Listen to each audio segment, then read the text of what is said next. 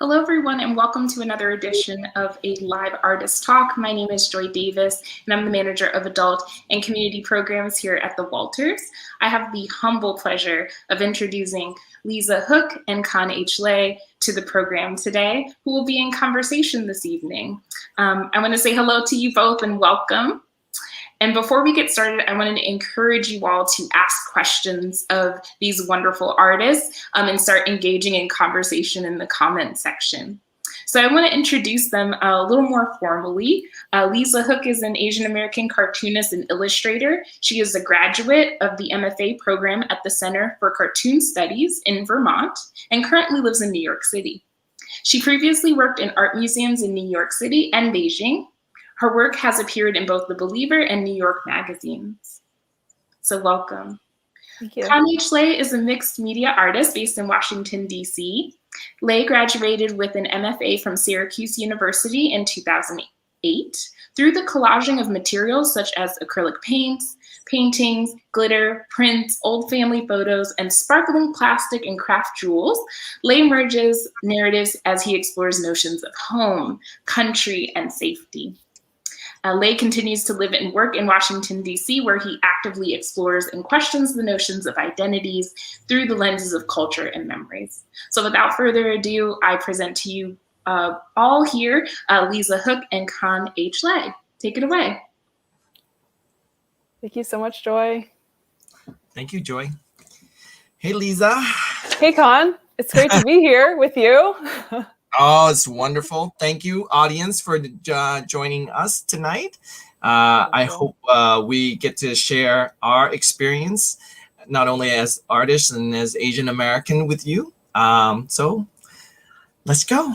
Yeah. All right. So I was kind of hoping to first jump into our conversation by talking about how you decide to source your materials or where you're looking to get the photographs you use, both in your work in printmaking and also in your incredible bedazzled, bejeweled work that has so many layers and textures and is just so vivid and full of meaning. Well, thank you for that questions.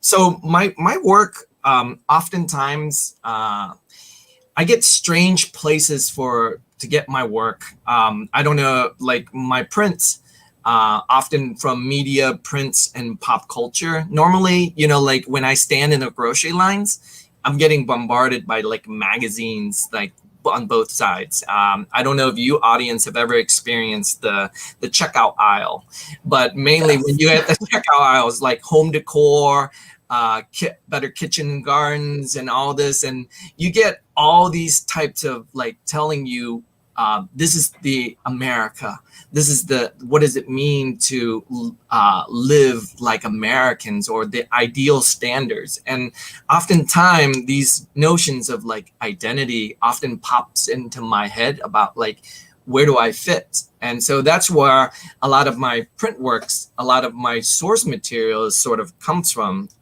versus my new sort of work where the mixed media is of images that often collected from old family photographs that I source these materials and then begin to sort of work from, because now being away from my family and in COVID, I'm often think about my family and how I grew up and was raised.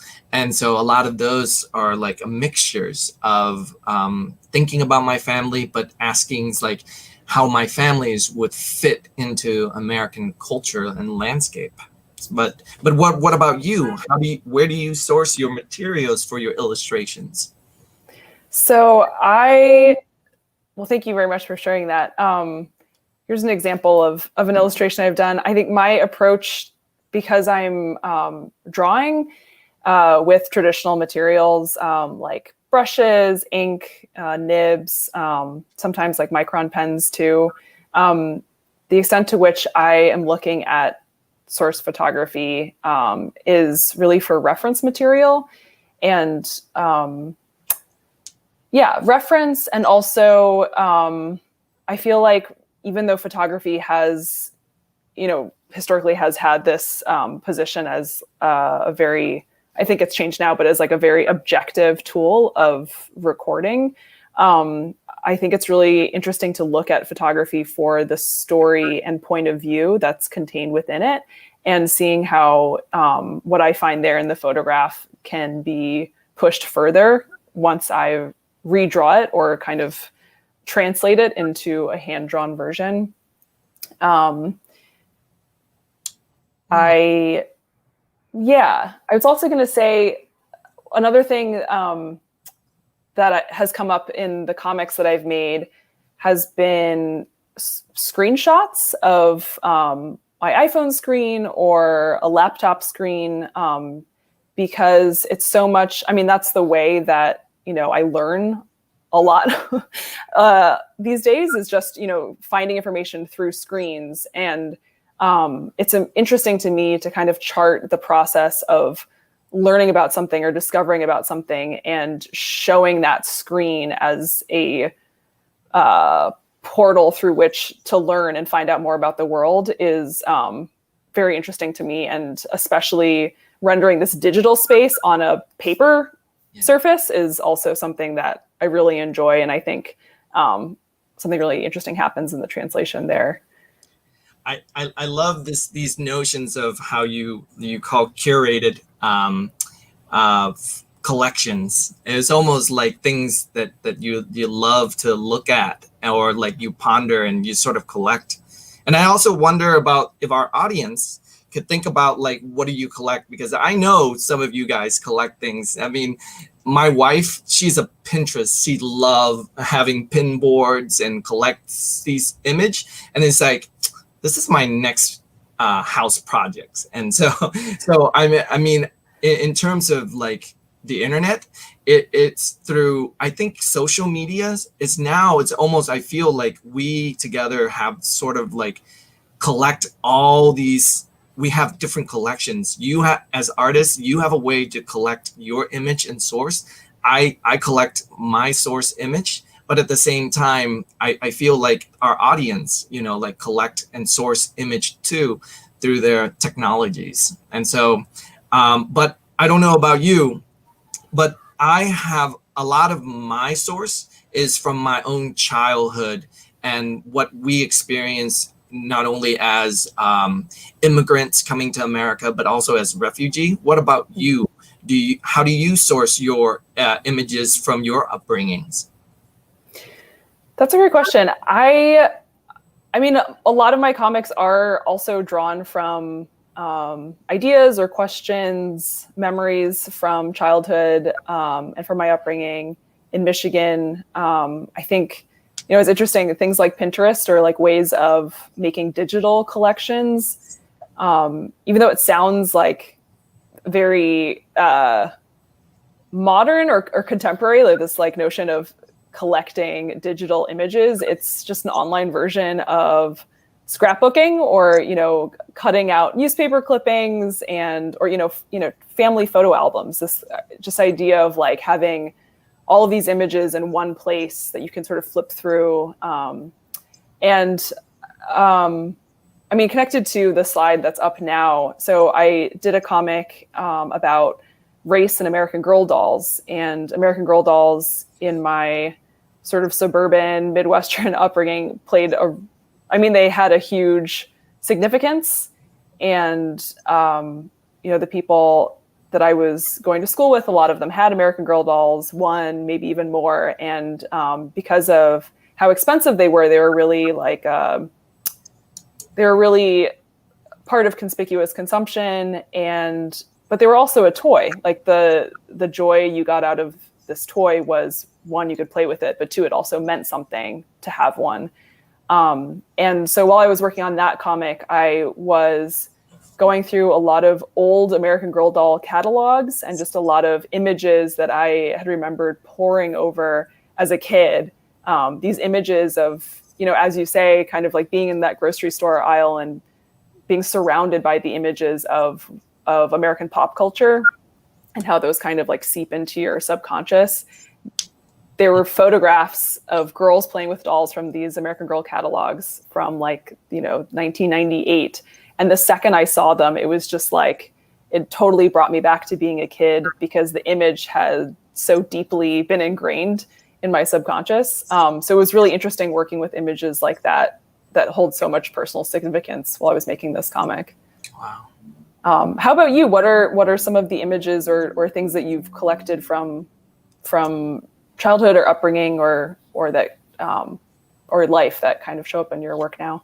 A lot of my bedazzles or mixed media pieces are, like I grew up in the Midwest, and we love scrapbookings. And as an artist, I'm always sort of curious about how do I talk about my identity, and my identity, how to sort of narrate my identities. And so I always think about like my best friends. She loves scrapbookings in high school, and she create this album with her pictures of her like her 16th birthday. And that day was so dramatic for me because she was throwing a fit with her mom. Things were not going well, but she always pull out her scrapbook, and as she write all my friends show up, and like these moments that she captures in that scrapbook and sort of create an embellishment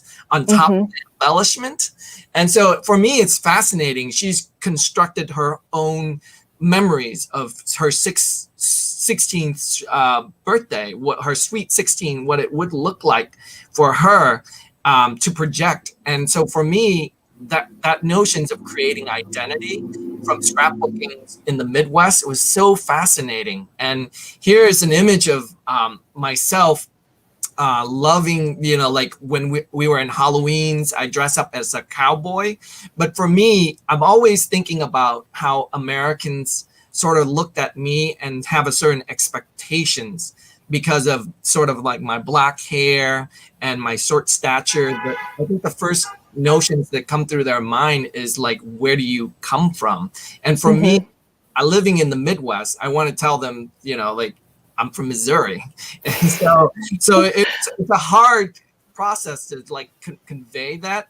And so oftentimes I would dress up in sort of like these cowboy costume and these images, but then physically they're always reminded the viewers who I am. So like I begin to sort of remove sort of my skin, my hair, as a way to begin to sort of dissect that identity, and how do I try to begin to re-talk about my sort of history through like scrapbookings and narrative of who I am.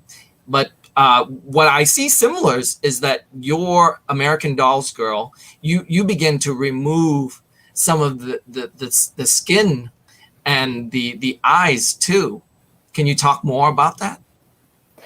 Yeah, in making this comic, it's really interesting to me that in the previous work, in this, you're embellishing and adding detail everywhere except for the face, where you're just really stripping away detail, and that is giving this image like a certain meaning. Whereas in the American Girl doll comic, it was really, really important to me to really play up the differences in color at its most basic level, just, the hair color, the skin color, the eye color. And this image is not one that I, came up with in my mind. It's my rendition of how these dolls were presented in the American Girl doll catalog. And so it was really, as a kid, you're kind of confronted with this grid of faces, and the implicit question is, which one are you? Where do you fit in? And this was always a tricky question for me because, like you, a lot of my work deals with identity and the sort of the specific conundrum of being a multiracial Asian American, where the visual experience of meeting someone new and them sort of wondering how do you fit into this into this grid, or where are you from, or what's your background? And it's sparking a lot of curiosity. It's just sort of been like a lifelong interest that I've had. Interest is maybe the wrong word. It's been a lifelong thing that I've been thinking through and unpacking. And so I also included, I'm not sure if I showed this to you before, Con, I included this image from just like a quick sketchbook comic that I made a couple years ago.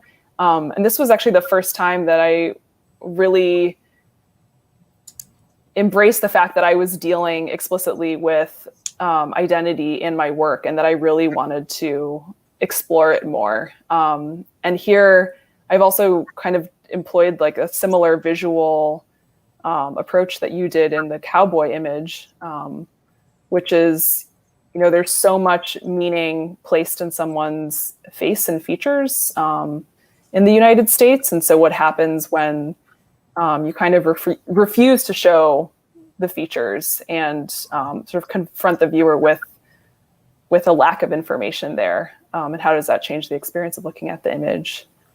I have a question for you about the multimedia pieces and embellishing them in the way that you do, because I'm interested by how that ties into what you were saying about the scrapbooking and how your friend had taken a memory and through embellishment sort of re-narrated the events of the day.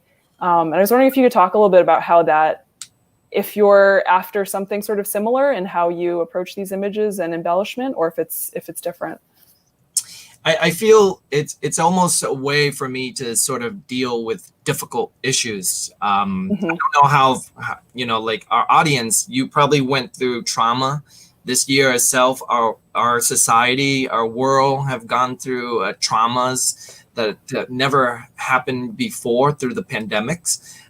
For me, as an individual, how I deal with trauma is a lot of time is just to return to its state and think about making ways to sort of convey, because a lot of my new work now talk about my experience as refugees coming to United States. My family has been 3 generations of refugees, first as boat people, then myself. We fled and escaped.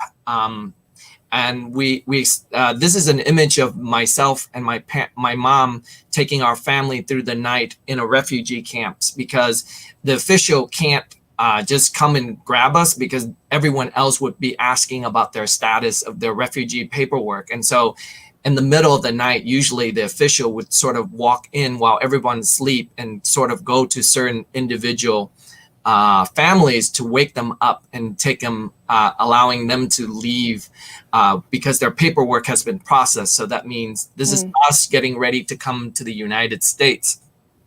And so a lot of these images deals with me sitting in my studios for hours, just taking a single hexagon and keep rotating over and over and draw the hexagon until it forms sort of these lattices that you see in my background of these images. And so, but also too, at the same time, I'm sorting hundreds of these, you know, like I love Michaels. I go to Michaels and buy these. Oh, I love Michaels too. I buy these buckets of like cheap acrylic jewels, and I just sit at home and just sort them out by colors and shapes in little lump. And you know, like by doing that, it's sort of reminding me of 500 other families having to sort of like push into a refugee camp and then all of us take a little spot, designated spot. And so in a way, it's these piles of jewels that I sort out is almost becoming sort of like families sort of sitting around waiting until it's put into like patterns. And so for me, a lot of time, these issues is about how our society as American views immigrants and refugees as almost discardable material, cheap acrylics, you know? And so they have no purpose or functions. And for me to begin to take these and sort of transform it, creating sort of like new new purpose for them, and it becomes sort of like as a way to sort of think about how they're more meaningful and purposeful once you allowing them to grow organically as on their own in a certain piece. And so for me, that's how I sort of approach difficult situations, thinking about how I can convey the message of me being an Asian American, a Vietnamese American, a refugees, and try to talk about that conversations with the viewer. I don't know about you. How do you deal with tough issues in your own work? Well, thank you for sharing all of that. This image is really beautiful, and it's really interesting that you're saying the source image was taken at night, because there's such a strong sense of sunlight when I look at it, I think because of all of the golds and yellows. Yeah. So in terms of how it might be a little similar to what you do, I am really attracted to the idea of making drawings and images that are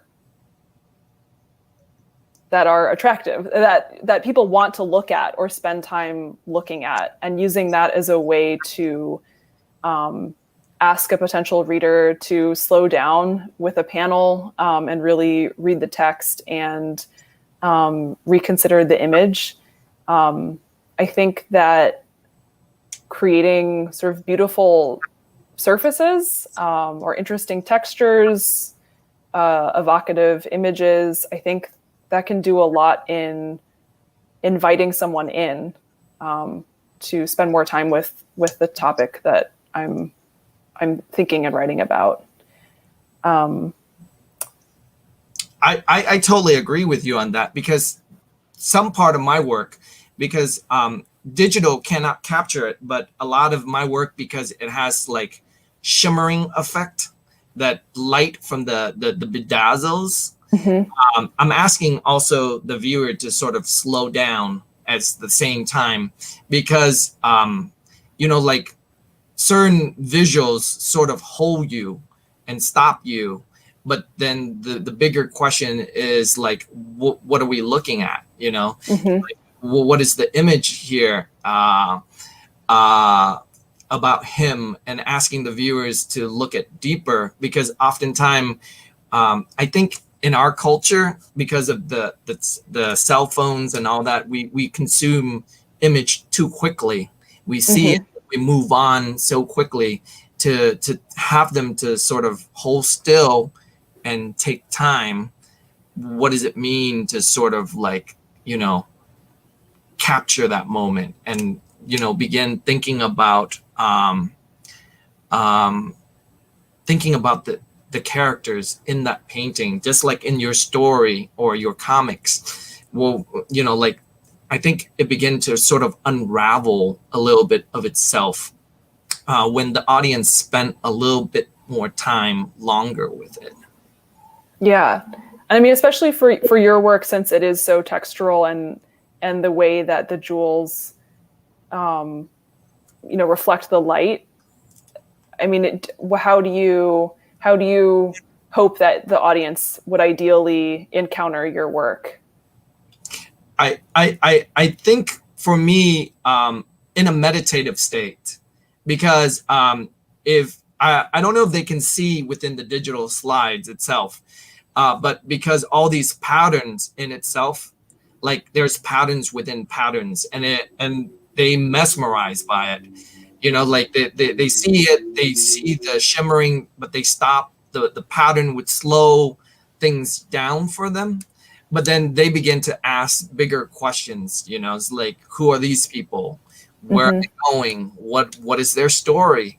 It's like that, but that's where the meditative state is so important, and within the attractiveness of the jewels. But oftentimes, you're right.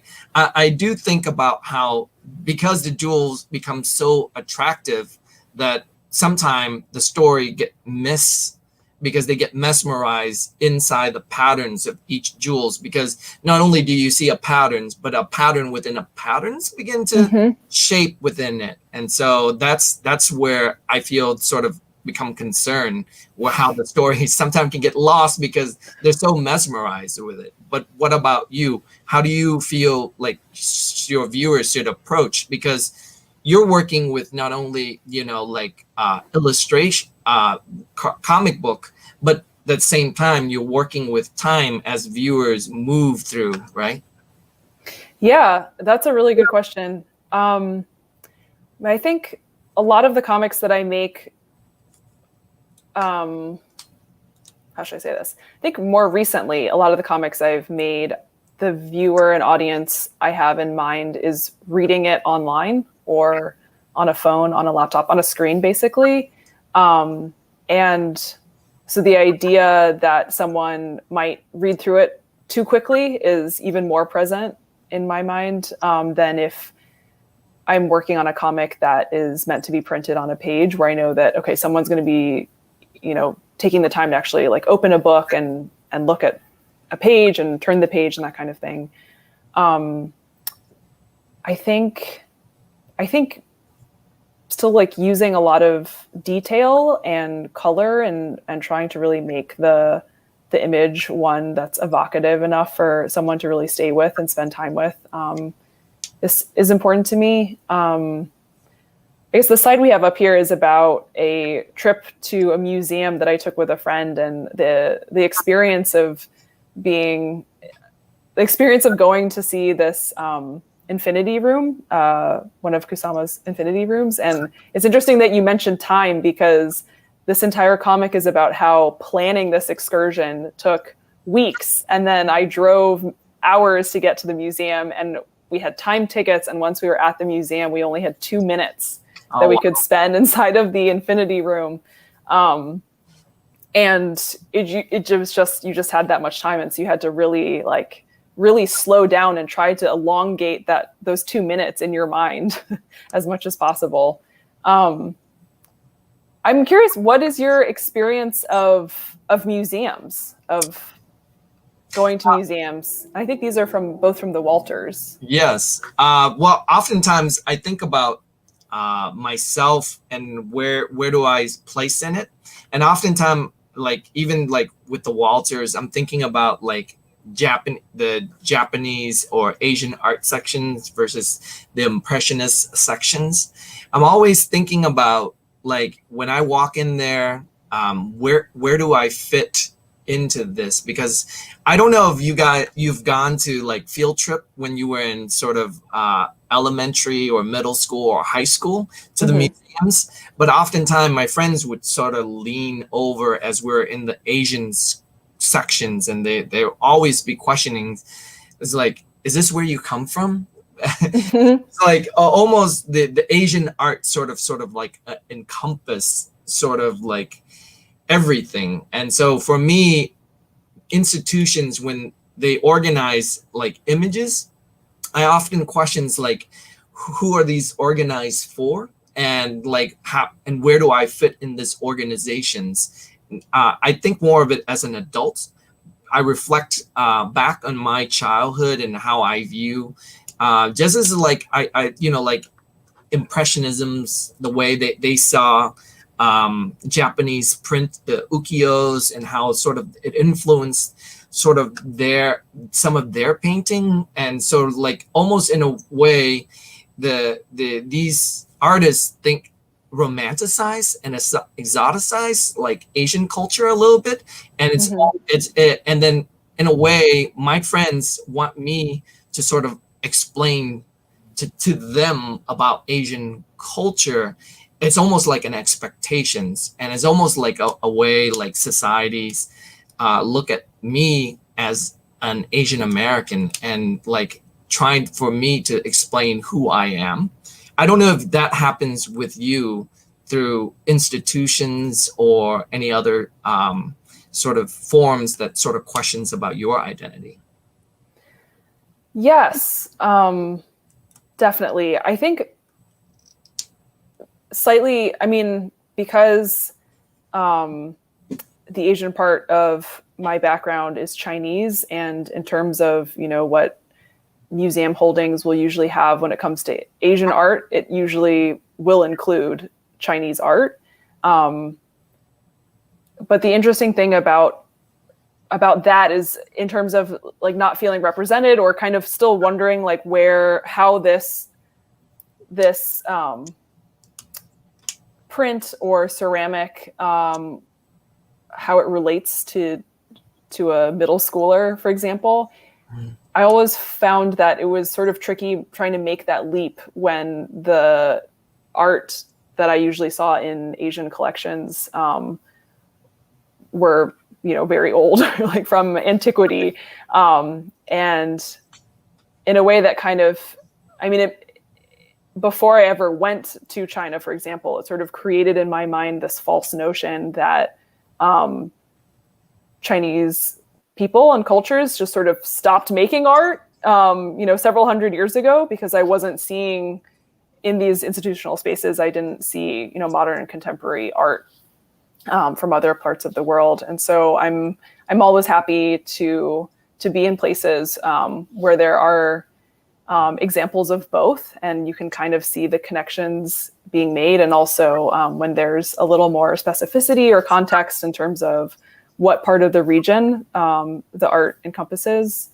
For me personally, and aesthetically, I guess I still love going to museums to see just how artisans and creators and artists in the past have approached their materials and their craft. And I always find that very inspiring. Is that a reason you go to museums?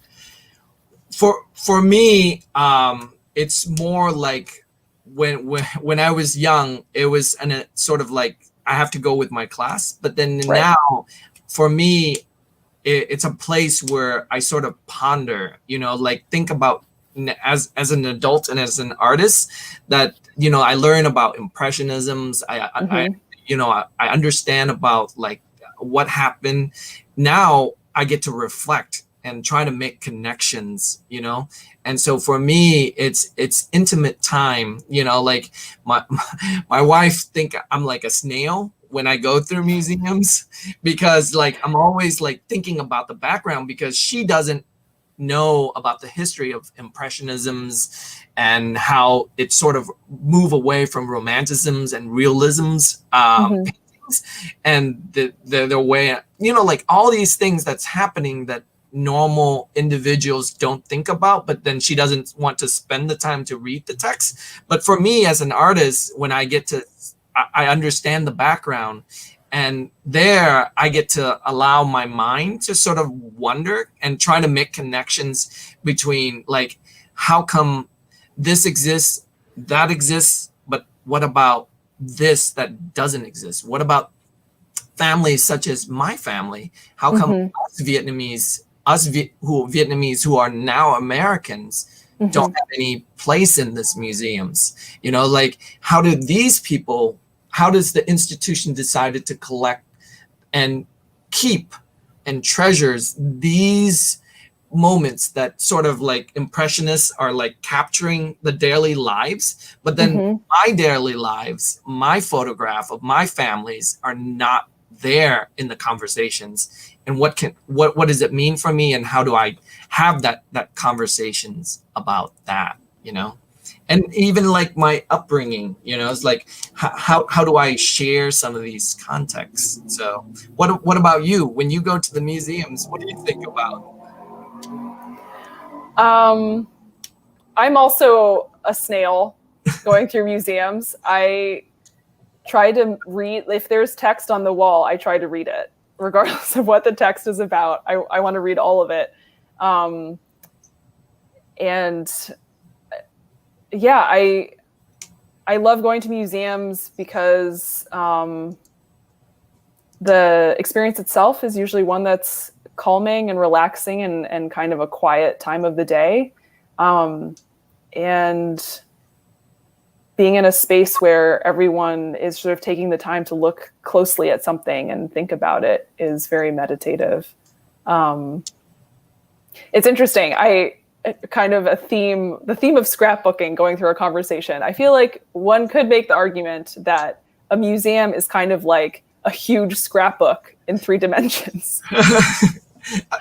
Yeah, I think that is one of my underlying argument about today's. I think it's the underlying is the notions of craft, because everybody think that scrapbooking is a craft, but I feel like it's a very fine art practice, because I think, when we go through museums, we think about portraitures and what they do. And then now I'm sort of like thinking about our contemporaries.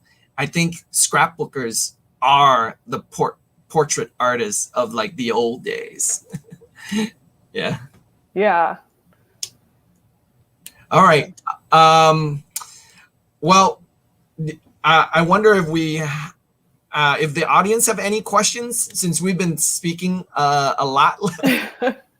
And so just in case we can have anything we can answer for you guys. Yeah, I have a general question. What do you all enjoy about, or like one piece of what you enjoy about doing your practice, since they're so varied? And if we don't get questions from the audience, we'll wrap up. Con, do you want to go first? Sure. One of the things that I enjoy about my practice is that I deal with internal issues that I don't normally have that conversations with viewers don't necessarily know about. There's, as an individual, as a human, as a person, I'm still dealing with how do I talk about me being a refugee, myself as an American, myself as a Vietnamese American. There's conversations that I constantly struggle and deal with, and expectations society have on me. And the things that doesn't necessarily reveal in my painting or my mixed media arts, that's something that I do privately in my studio, and I'm very thankful for every day.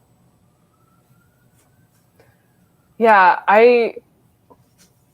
similar to that, I think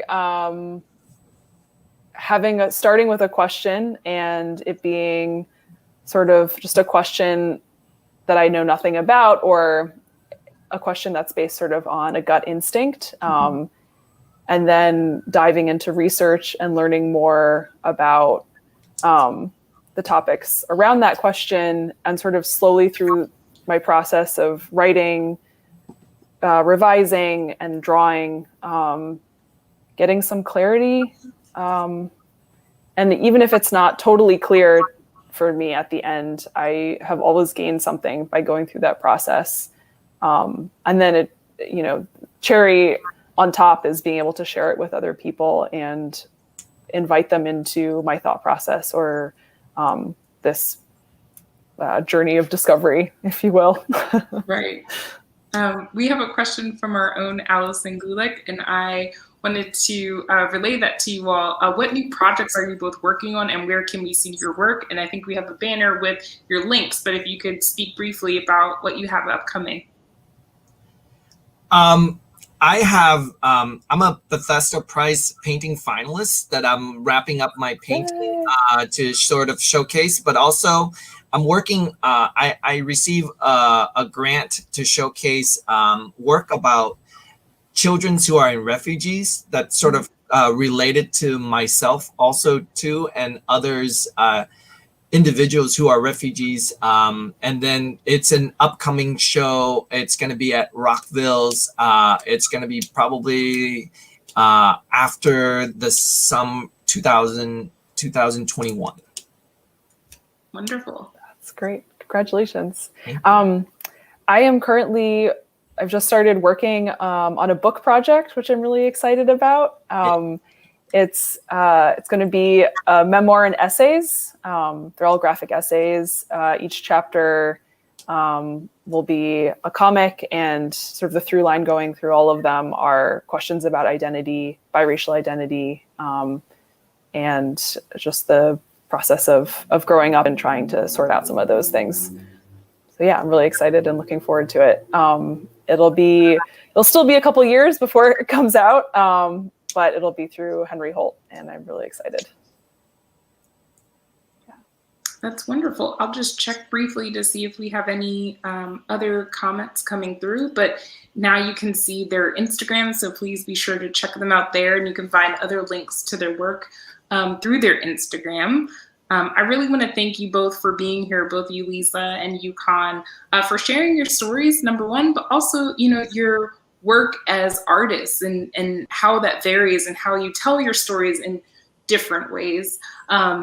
I also want to say that I want to give a really big thank you to the production team and the digital team who make this very much possible for us to be here today. And of course, a bigger thank you to our audience for always engaging and thinking of questions and surely tuning into all of our program. If you would like to support the Walters, you can head over to our site, thewalters.org, where you can find places for donation, but also ways to plug into our other program. Upcoming program that includes our artist talks that you saw today, curatorial lectures, performances, and so much more. So that's thewalters.org for more information. Thank you again to both of you, and we will see you in the next program, everyone. Thank you so much. Thank you, guys. Have a good one.